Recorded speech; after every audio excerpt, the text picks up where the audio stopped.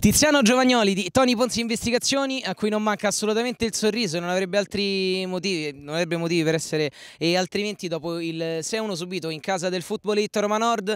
E abbiamo visto comunque punteggio, diciamo, determinato anche dal fatto che all'ultimo vi siete aperti, comunque cercando il gol della bandiera di riequilibrare il punteggio. Avete perso pesantemente con loro anche all'andata e forse il Footballito è l'unica grandissima squadra contro cui non vi abbiamo visto dettare legge come avete fatto con le altre, anche nelle 5 vittorie consecutive prima di questi due stop.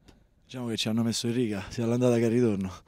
Beh, loro sono una squadra fortissima e quindi qui era difficilissimo.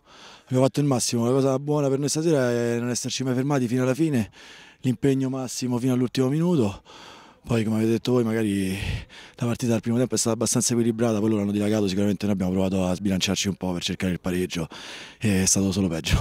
Rispetto a quelli che erano gli Hammers dell'anno scorso, Tony Ponzi Investigazioni di quest'anno è una squadra che non perde comunque mai la testa. Avete preso 3 cartellini rossi all'andata, ma è tanto tempo che non vediamo anche forse qualche episodio sopra le righe in campo, eccetera. E diciamo, visto che vi siete un po' più regolamentati da questo punto di vista, possiamo dire che questo può essere comunque l'anno giusto per puntare ai playoff. Noi ne abbiamo viste poche di squadre superiori a voi nello scontro diretto, appunto. Secondo me le squadre forti sono tante, noi siamo lì e ce la giochiamo, poi vediamo quello che alla fine dirà il campo. Però sì, sulle squalifiche, diciamo che quest'anno c'è un pochino di più di serenità, nello spogliatoio siamo un gruppo unito, ci divertiamo e anche la sconfitta la prendiamo comunque per buona e andiamo avanti e pensiamo già alla prossima. Pensate appunto già alla prossima, dove ritornerà Marco Del Poggetto. Altro fattore importante, quanto è utile che rispetto agli scorsi anni voi vi presentiate comunque con molti più effettivi al campo. Noi ce lo ricordiamo, lo scorso anno arrivate comunque in 8, in 9 nel girone d'andata, poi nel girone di ritorno la grande rimonta quando eravate molti di più.